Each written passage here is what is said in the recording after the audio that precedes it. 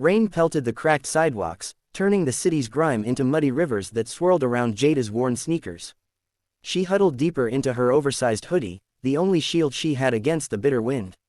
At 17, she had no home, no family, and no one to rely on except herself.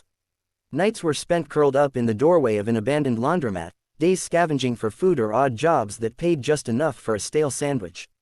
Still, Jada had learned to move quietly, to survive without drawing attention, until tonight, when a faint groan stopped her in her tracks.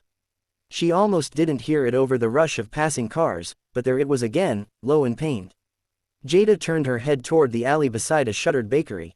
In the dim glow of a flickering streetlight, she saw an older man collapsed against the brick wall, his chest rising and falling in shallow breaths. His gray suit was rumpled, his skin pale. For a moment, her instinct screamed to walk away. She had enough of her own problems. But something in the way his trembling hands clutched at nothing, as if reaching for help, rooted her to the spot. "Sir, can you hear me?" she asked, kneeling beside him. His eyelids fluttered, revealing clouded blue eyes. He tried to speak, but only coughed weakly. Jada's mind raced. She had no phone, no money for a cab, and the nearest hospital was miles away. She spotted a wallet half slipped from his jacket pocket and hesitated, not because she was tempted to steal, but because she saw a gleam of metal beside it. A sleek black phone. She grabbed it, hands shaking, and dialed the emergency number.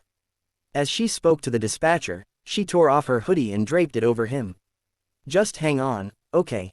They're coming." His hand twitched, grasping her wrist faintly. His lips moved, but the only word she caught was, "Thank you," before his eyes closed. The ambulance arrived in minutes, though it felt like hours. Jada stood back, shivering in the rain as the paramedics worked. One of them asked if she was a relative. She shook her head, then turned away when they lifted him onto the stretcher. Without a word, she slipped into the shadows and disappeared. 2 days later, Jada was sitting on the curb outside a soup kitchen when a sleek black car pulled up beside her. A tall man in a crisp coat stepped out, scanning the street until his gaze landed on her. "Jada," he asked. She froze. "You called the ambulance for Mr. Whitmore. He's been asking for you." She almost laughed. People didn't ask for her. But the man insisted, opening the car door. Something in his calm, assured manner made her climb in. The hospital smelled of antiseptic and flowers.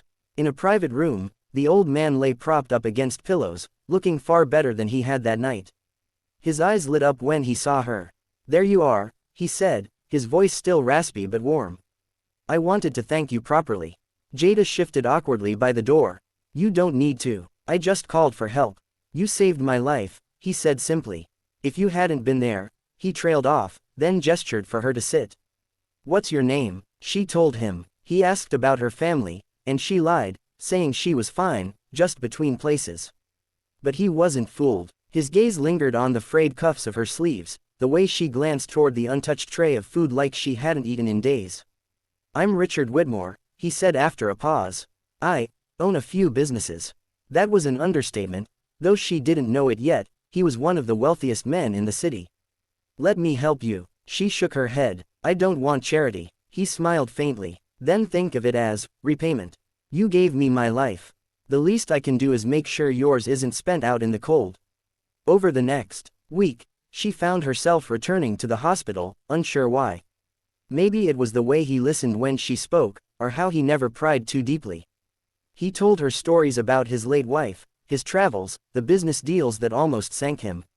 In turn, she confessed bits of her own life, how her mother had died when she was 12, how foster homes never felt like home, how she'd learned to survive with nothing.